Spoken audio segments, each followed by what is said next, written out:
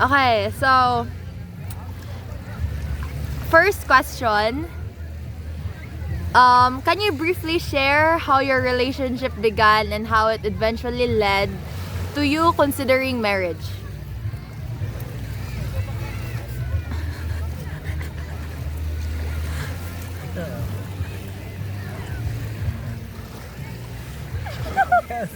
Ay, katawa. Sige na. Yung Bisaya. Ikat lang. Okay na, Bisaya. Well, our relationship began as friends.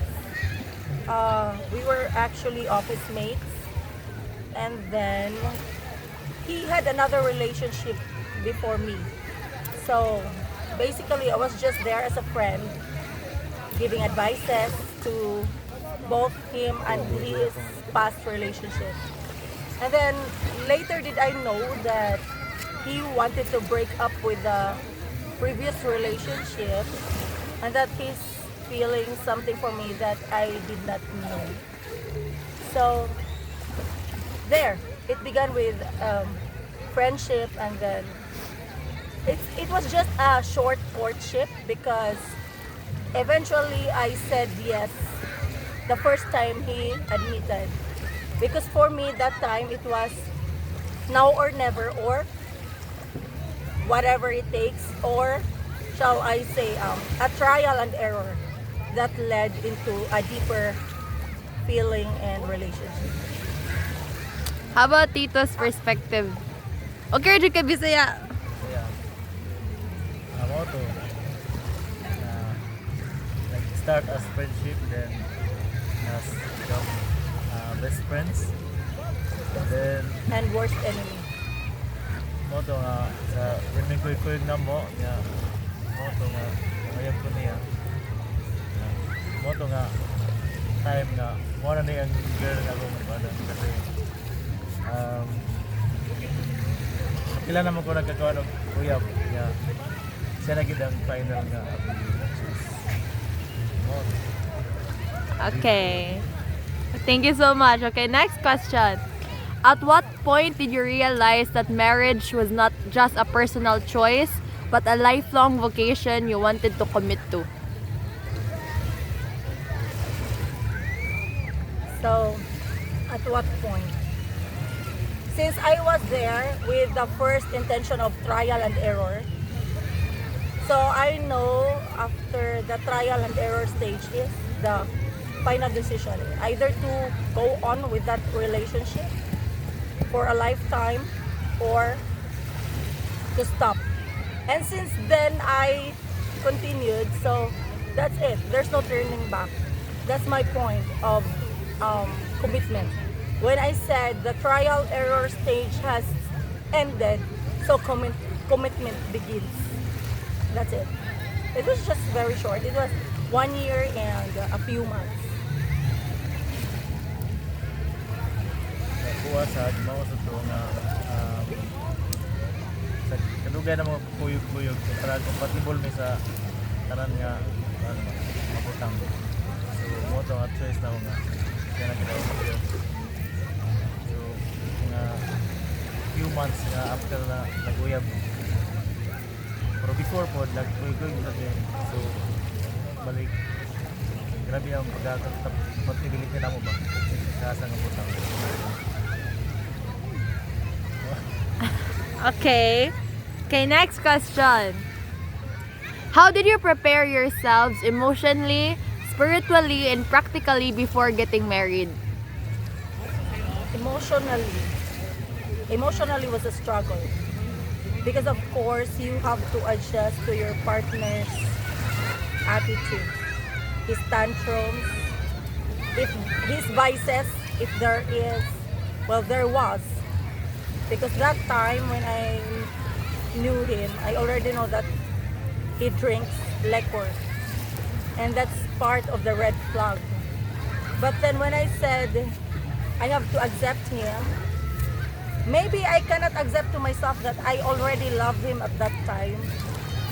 But realizing it now, maybe I did love him already at that time because I was ready to balik isugal nako whatever comes on the way.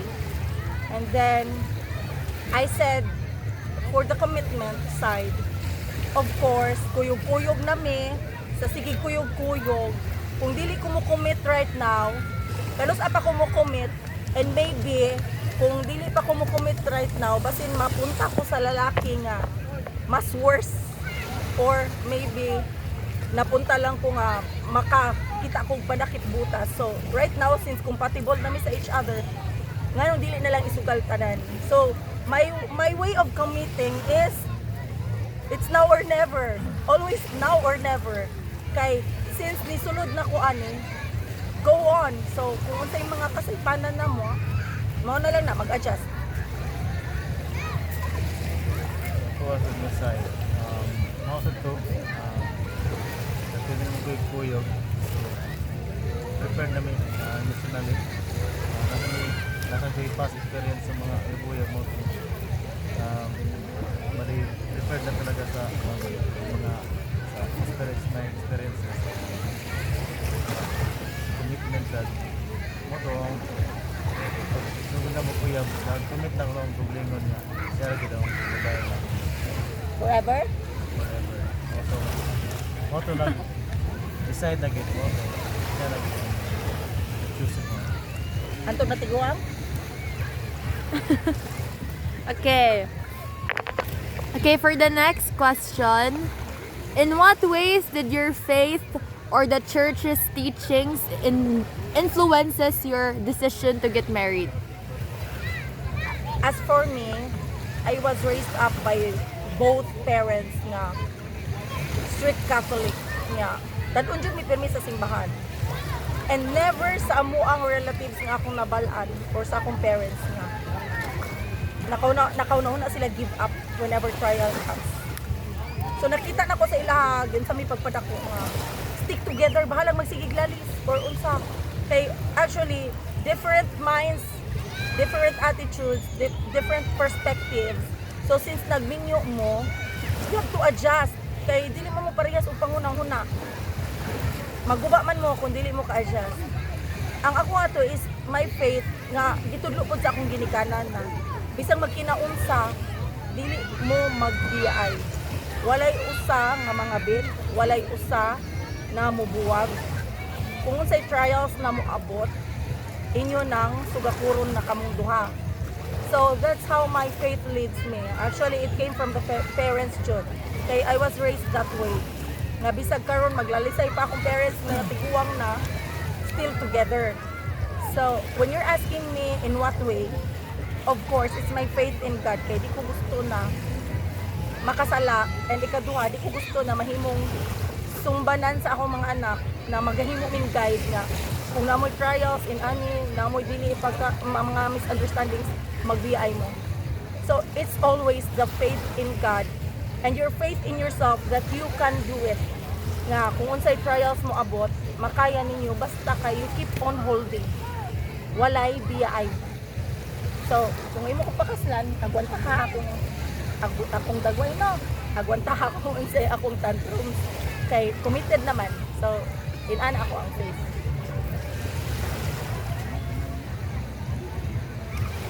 Sa akong side, faith sa Ginoo mo to. Talagang Kasi galang gamay ito. siya na gihatag sa Ginoo sa buwa. Mo to ang faith niya. Mo to kami nang gumagit ang pagkampo.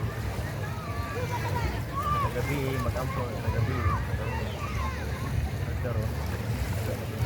Mo to salig sa Ginoo kung sa gihatag sa Ginoo mo ra gid. Kaslan mo to mo.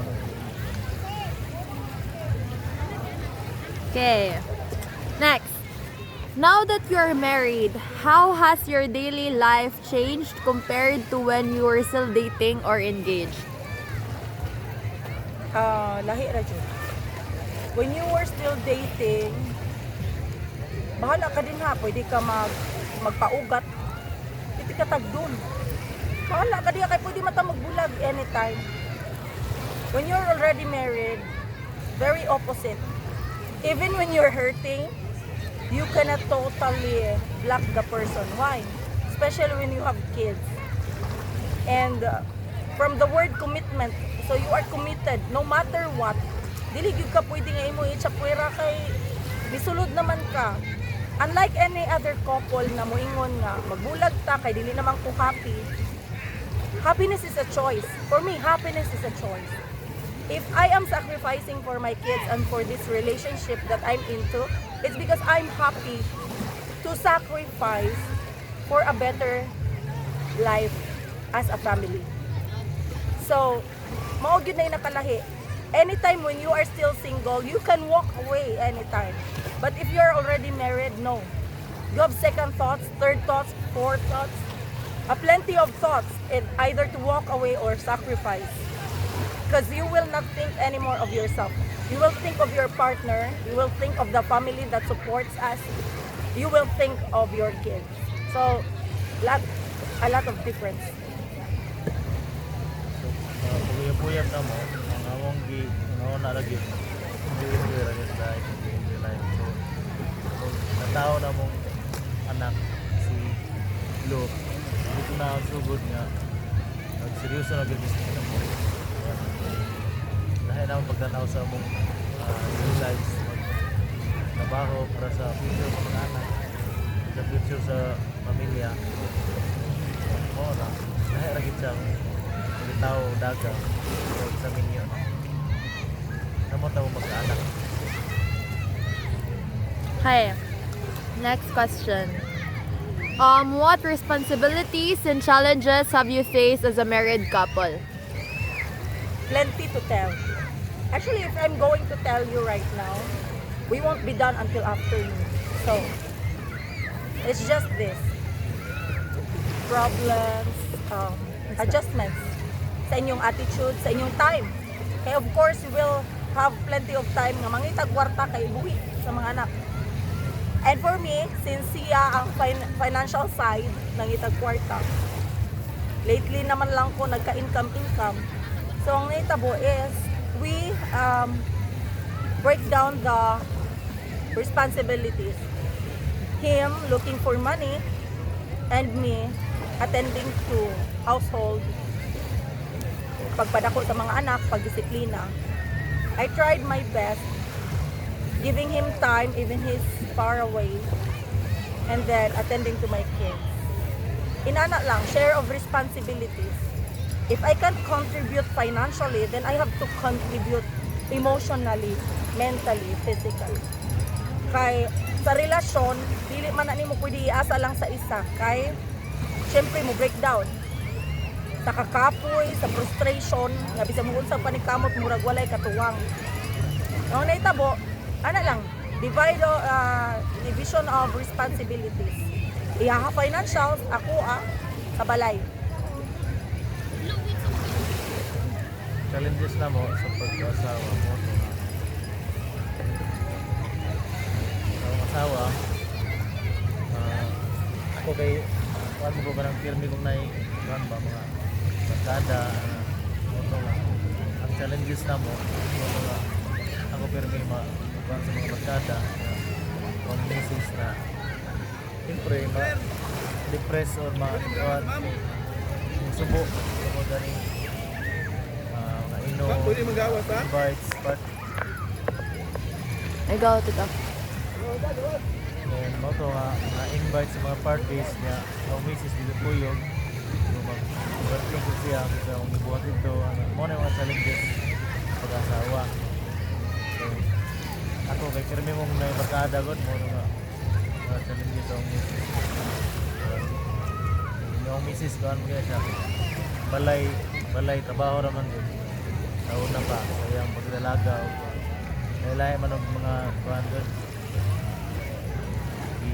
inaandan ba mo to nga mag-adjust yung partner mo na mga challenges. Okay. How does receiving the sacrament of matrimony help you remain faithful, patient, and committed to one another? As I have mentioned a while ago, I started with the trial and error. And when that ended, I was already very committed. I said, give it all or nothing. It fits the song, all or nothing. Kaya ako man good, when I give, I give. So, once na nagpakasal ko sa iya ha, ako dito yung Ginoo na ugmayo, kung magpakasal ko niya, there's no turning back. Dili ko pwede mo ingon nga, or musugot na lang sa rason nga, kinalan, okay na magbuwag, kaya daghan siya o ka ng mali. Ang ako ato is, mao siguro na sometimes I'm frustrated because why did I give it all? If there's somebody to blame sa kung na ako'y mga giantos sa life, it's because I cannot blame him because I was the one who said yes. When I said yes, I know it would be lifetime. I would struggle to stay away from temptations. That's how committed I am. Because as for me, as I told you, my parents are my first mentors. My parents are my good examples. They stayed together on their marriage. My mother is already 76 years old. My father is 79. And they're still together. Isag mag-unsa pa na sila glalis. Walay buhi ay. And that's how committed I am. I told him, my husband, when he made some mistakes from the past and even at present, I told him that think of me sacrificing because I told you since from the start, it's all or nothing. It would be until the end. So, pagpagkasal ako niya, committed ko sa father o husband niya. Pero sometimes, nang inom na, barkada yung inom mo, nga, usahay, mag-bating siya nga, pariwara ko, pero wala dito may taglain. Bali, wala dito, usahay, mag-depress, usahay, mag-pamilya. Moto nga, sa inom na mag-resort usahay, pero wala di lain nga, mababae, committed ka. Okay. Can you share a moment when faith or prayer helped your marriage during a difficult time? I would share to you the very recent one. I questioned myself, my security in His heart. I questioned God as to nganong nainana ko niya nga na siya itago. Nga, I was very honest. Faith is always tested. But still, my commitment since from the start wins. I always tell myself na as long as dili lang dyan siya mo try sa akong alek, mambabae, iglain, or mukuan. I was always willing to forgive. Basta He would always promise me that He's always willing to change. Because I always believe na kung magbinyo mo, mura bag halos unlimited na gani ang kuan change. Unlimited ang chances. So there's always time for change. You should always give time for change. Why? Because it's for the sake of the whole family. It's not just in between you and your partner. So that's it. Plenty of times the faith has been questioned. Ngano man Lord, nagtinarong man ko. Ngano nabuhat niya inani. But you should always listen also. Kay basin sa iyang side na po yung mga problema na walang ko kabalo. So, that's it. Always stay to your kanang first bitaw nimo nga katuyuan nganong nagminyo ka. Always nganong nagminyo man ka. Because you're willing to stay on your partner until lifetime na kay kauban and then willing to build a family. That's it. Always stick and find the first ultimate reason nganong nagminyo ka. Kung na mga problema o depression, sige mo sa buwan sa Ginoo, nandiyan po kada gabi. Ano ko yung guidance. So, nag-epekto sa muang komunyo ng pagbuwan sa Ginoo. Katulik ang po sa mga santos sa Ginoo, mo rin po ng bidangpan sa mga karisdanan o kanang away-away. Kaya sa Ginoo rin po ngayo o kahilo mananamo. Okay. last kaya. Why do you think the sacrament of matrimony is important for couples who wants a lasting and meaningful relationship? I will be speaking to you as a Catholic because I don't know how it works for other religions. As a Catholic, we always look up to people who are married through the sacrament of matrimony, especially when you are wed in the church. I always believe that when you are blessed in the church as a couple, love will always win, no matter what challenges come to your lives, to your family, to your relationship. It is very important that before you start a family, you ask for God's blessings. Because we were born imperfect, we will die imperfect. But being imperfect doesn't mean that you cannot have a good family. For me, holding on to God in every struggle, not just in every struggle, in every success, you should thank God. You should not lean on God only when you are struggling. You should always lean on God even when you are very successful. Some people tend to forget God when they are already successful. For me, I always thank God. Bago lang may nagkaaway sa kumbana, misunderstanding, because nabuhat niya dito abroad without me knowing. Then, na-realize lang na ako pag ulit sa iya. But I always said that if I am willing to forgive him, God, are you willing to change him? Because I know that every person kung naay sa'yo, they cannot change alone. You always need to seek God's guidance para ma-change jud ka. I always tell him, wala di ay kaga-pray na dito. Kaya nga nung nadaman ka sa temptation, dili man ikaw ra ang gitempt. I was also tempted, but I tried to stay away, and I did stay away. Why?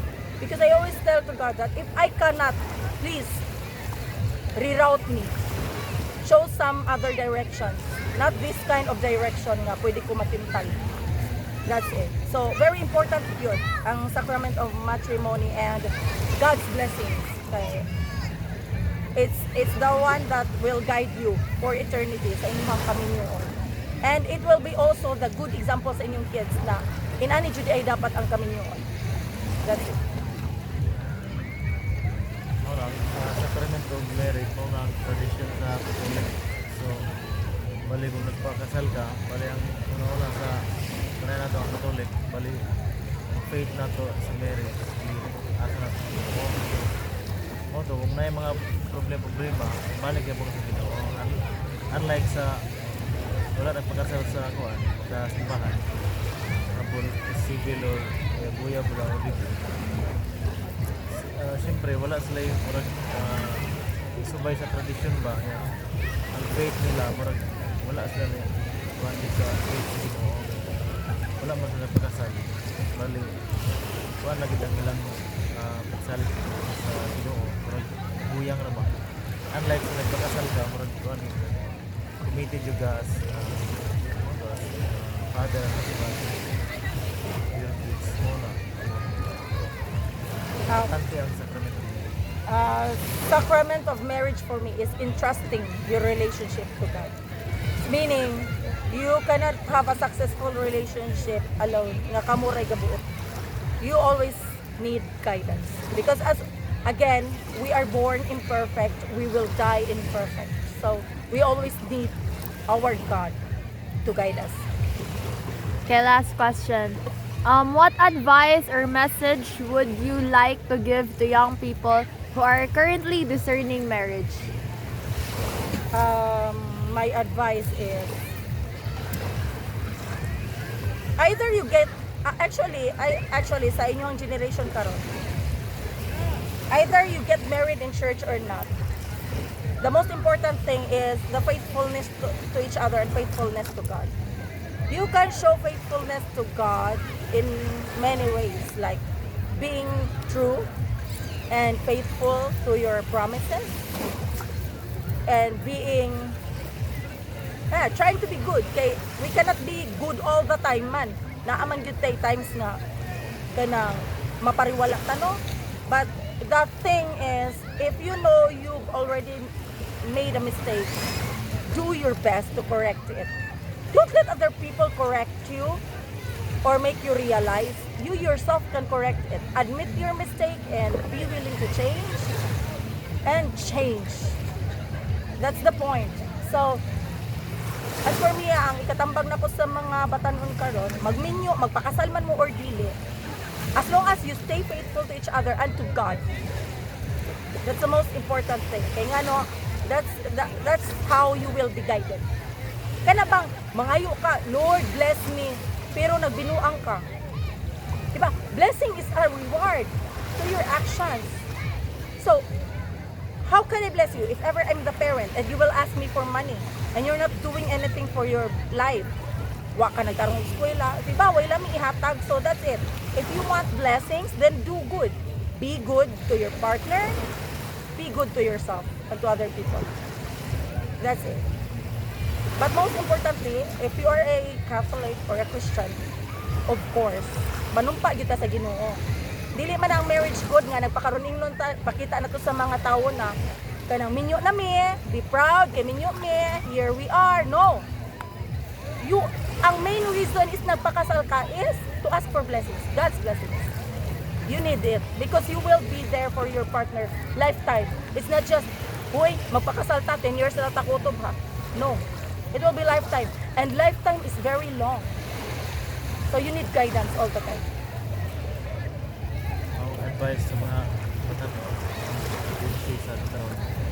Bali, pagkasal gyapon kung mga paano mong partner, mga mong pili nga sa lifetime. Dapat pagkasilan din. Delikado din kung hindi pagkasilan. Mawala rin din sa Respect. It's also a sign of respect. Bali, guidance kita ginawa yung ayaw ba. Hindi mo magpakasal kay buwag lang sa dayon, dali na tayo. Ito, kung naman po, sa sacramental marriage dito sa Catholic, mga tradition mo na ito. Maglahi ka ang imong buwan pag